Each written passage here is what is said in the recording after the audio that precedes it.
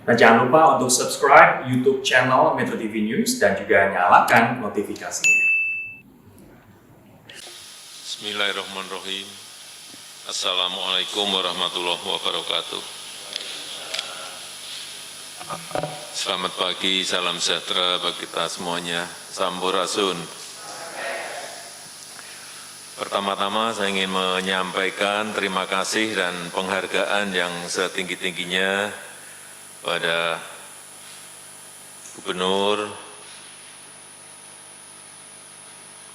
beserta seluruh jajaran Forkominda, Bupati dan Wali Kota, seluruh jajaran gugus tugas, dokter dan perawat, seluruh tokoh masyarakat, relawan, dan tentu saja TNI dan Polri yang telah bekerja keras, tak kenal waktu, dengan penuh dedikasi dalam pengendalian COVID di Provinsi Jawa Barat ini.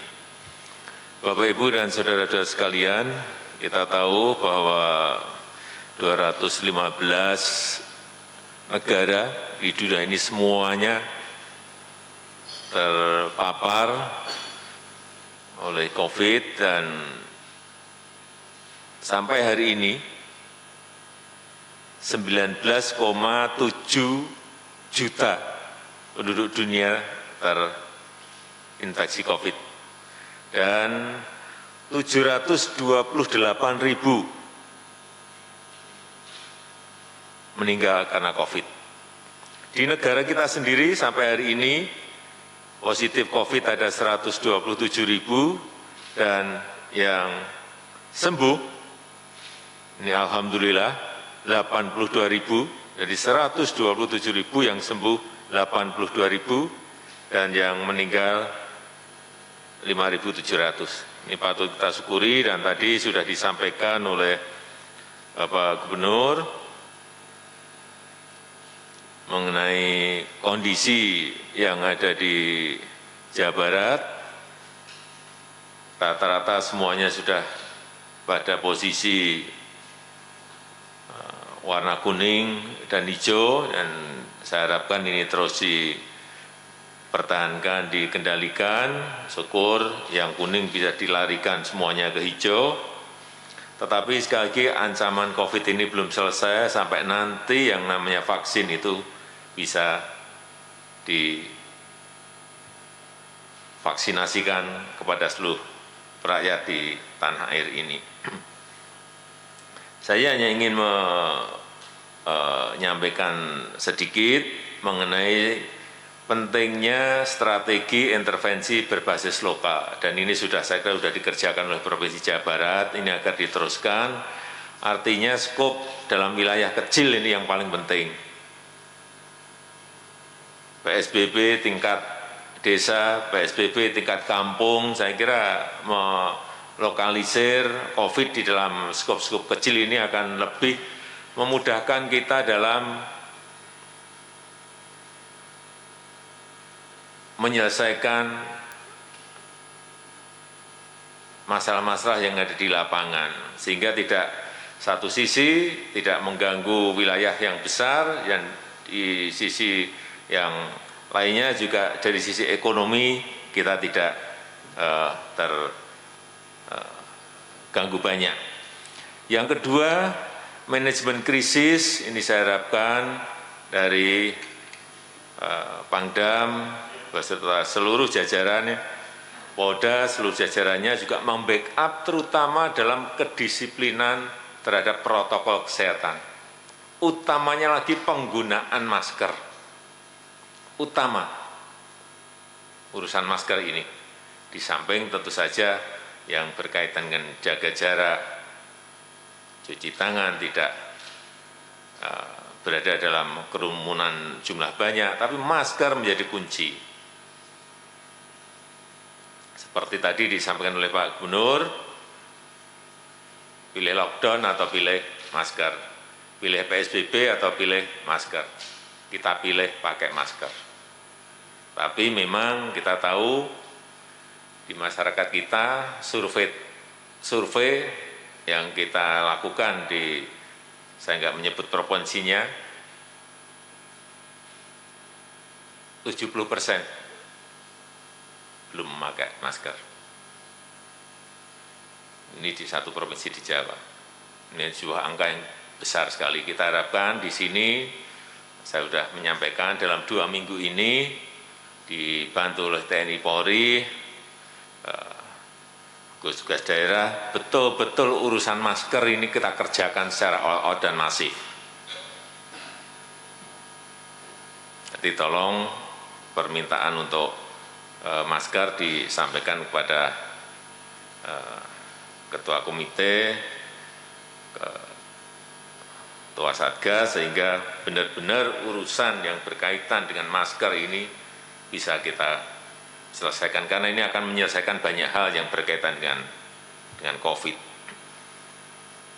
Kemudian juga sudah berkali-kali saya sampaikan bahwa membuka sebuah wilayah dengan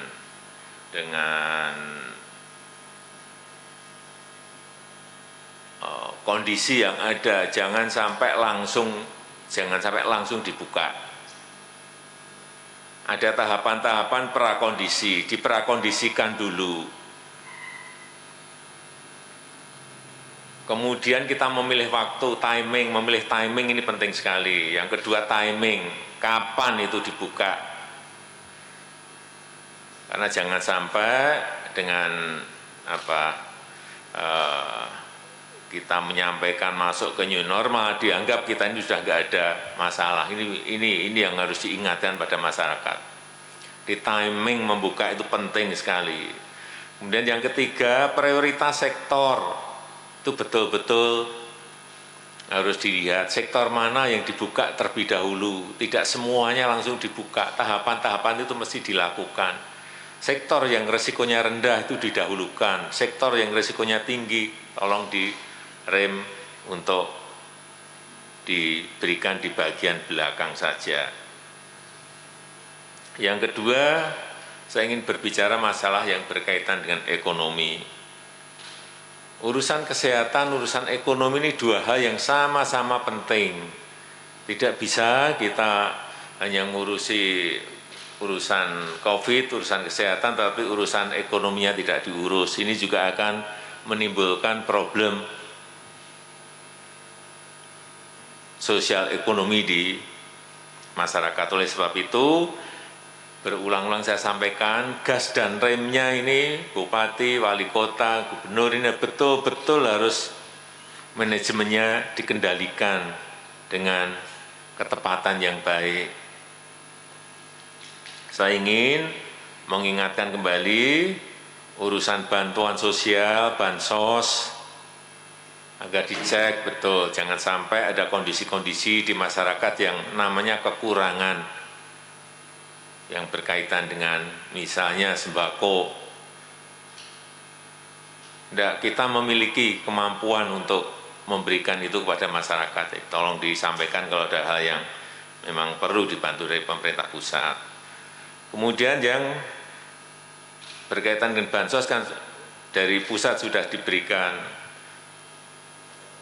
bantuan sosial tunai, bansos tunai sudah, BLT untuk desa sudah, kemudian subsidi listrik yang gratis untuk pemakaian 450 VA sudah, 50% untuk yang 900 VA sudah. Kira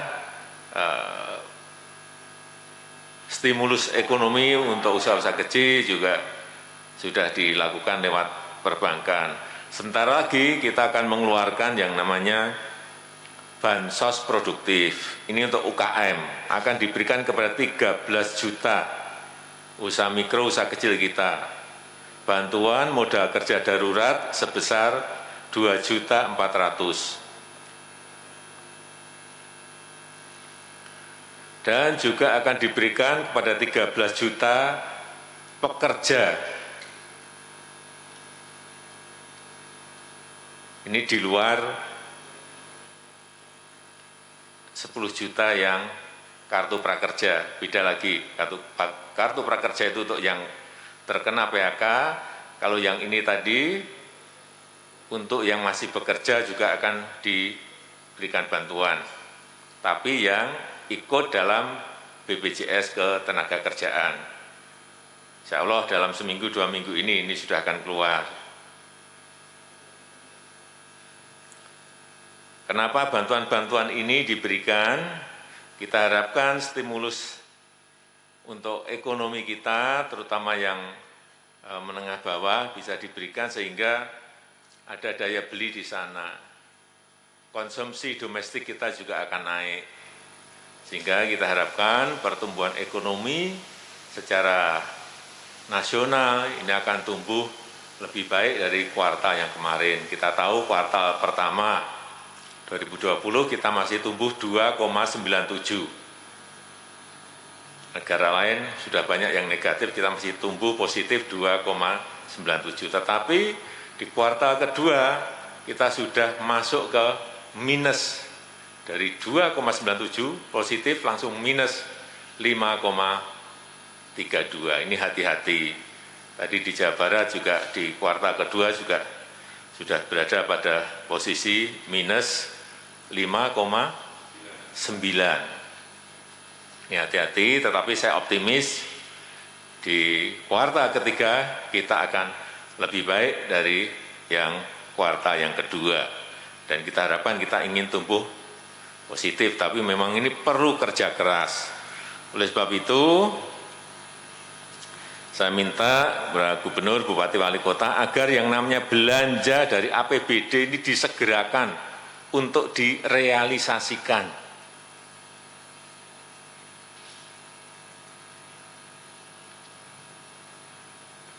Secara nasional saya masih melihat anggaran-anggaran itu masih berada di bank, APBD.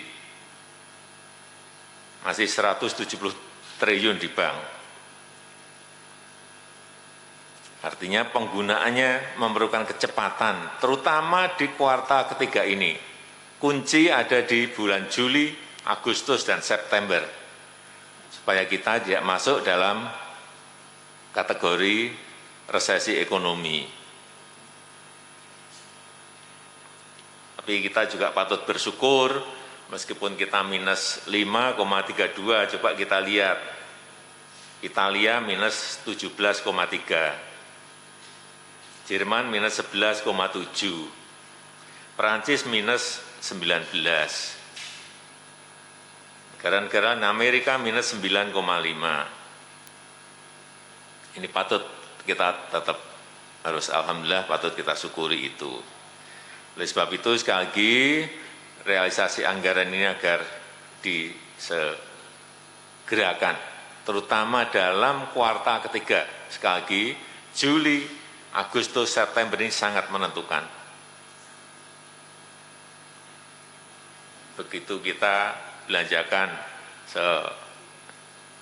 segera mungkin, kemungkinan kita bisa kembali lagi ke positif itu masih ada peluang. Saya rasa itu yang bisa saya sampaikan pada kesempatan yang baik ini. Sekali lagi saya menyampaikan ucapan terima kasih yang sebesar-besarnya atas kerja keras Provinsi Jawa Barat, sehingga kondisi-kondisi yang ada bisa dikendalikan. Saya rasa itu yang bisa saya sampaikan. Saya tutup, terima kasih. Assalamualaikum warahmatullahi wabarakatuh.